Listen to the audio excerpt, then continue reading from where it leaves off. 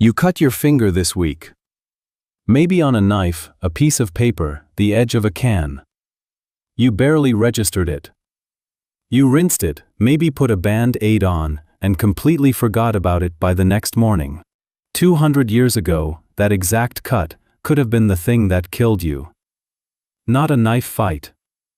Not a war, just a scratch, on an ordinary day, that quietly got infected, because there were no antibiotics, no disinfectant, and nobody on earth yet understood what was actually happening inside that wound. So here's the question. If it wasn't old age, and it usually wasn't violence, then what were people actually dying from in 1825? The answer is stranger, and a lot closer to home, than most people expect.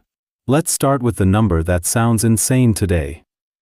In the early 1800s, life expectancy in most of Europe and North America was somewhere around 40 years. People hear that and picture a world full of people dropping dead at 40, but that's not what it means. That average is dragged down by something much darker. A staggering number of those deaths were children. In many places, something like 1 in 3, or even close to 1 in 2, children did not survive to the age of 5. If you made it through childhood, you might well live into your 60s. The 40-year average wasn't because adults died young. It was because so many people never got to become adults at all.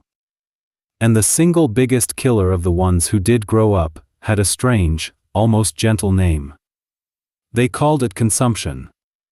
Because it seemed to slowly consume a person from the inside, over months or years, until there was nothing left. We know it today as tuberculosis. In the 19th century it was so common that historians estimate it caused something like 1 in 4 to 1 in 7 of all deaths in Europe and North America.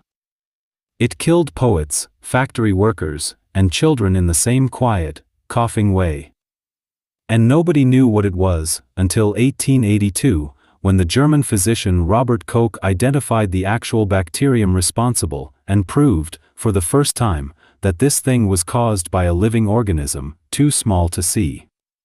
And that's the real answer to the whole question. What killed people 200 years ago wasn't usually dramatic. It was invisible. It was the things too small to see. Bacteria in a cut, in the drinking water, in the air of a crowded room, attacking people who had no idea those things even existed. Which brings us to the 4 ways that ignorance actually played out. Then versus now. Number 1, having a baby. For most of human history, one of the most dangerous things a person could do was give birth. And in the 1840s, it was getting worse in the exact places that should have been safest, hospitals. A Hungarian doctor named Ignaz Semmelweis noticed that women were dying of childbed fever far more often when delivered by doctors than by midwives. In 1847, he figured out why. The doctors were going straight from dissecting corpses to delivering babies without washing their hands. He ordered them to wash with a chlorine solution, and the death rate collapsed, almost overnight. And for this, he was mocked.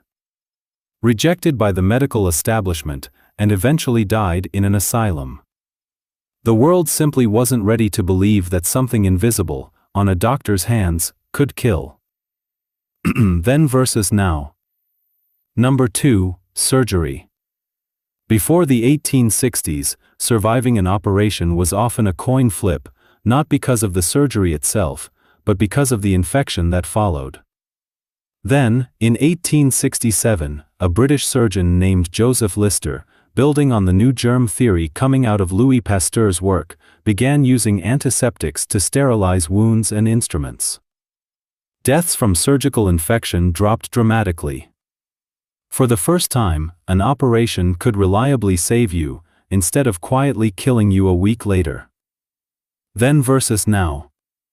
Number 3, the water you drink. In 1854, during a cholera outbreak in London, a physician named John Snow did something radical. He mapped the deaths, and traced them all to a single public water pump, on Broad Street. He'd found the source, contaminated water, before anyone even accepted that germs cause disease. A glass of water, the most ordinary thing in the world, was one of the deadliest. Then versus now. Number 4, the scratch. And here's where we come back to your finger. For all of human history up to this point, a simple infected wound could turn into blood poisoning, with nothing anyone could do. Then, in 1928, Alexander Fleming noticed that a mold had killed the bacteria in a forgotten petri dish. It took until the 1940s to turn that observation into penicillin, produced at scale, the first true antibiotic. And in that moment, quietly, the cut on your finger stopped being a possible death sentence, and became what it is for you today. Nothing. If you find it strange how much of your safety you never think about, that's exactly the kind of thing this channel exists for. Take a second to subscribe, it really does help. Step back and look at what actually changed. It wasn't one cure. It was one idea. That something too small to see was doing most of the killing. Germ theory, the simple, world-rewriting notion that invisible living things cause disease, is barely 150 years old. Every person who lived before it, every king, every genius, every ancestor you have going back to the beginning of the species, lived and died, without ever knowing what was actually killing them. You happen to live in a time when a very few scientists got to know something that was invisible to everybody else, and they did. You happen to live on the other side of that line. The cut on your hand right now is healing, without you doing anything at all. Without you even watching it. 200 years ago, that same cut was a quiet gamble with your life. Nothing about you earned the difference. You were simply born, after the moment humanity finally saw the enemy it had been losing to, silently, for 100,000 years. So the next time you shrug off a scratch, a fever that breaks in a day, a glass of water you didn't think twice about, that shrug is the most modern thing about you. For almost every human who ever lived, none of it was ever that simple. You just got here, at the right time.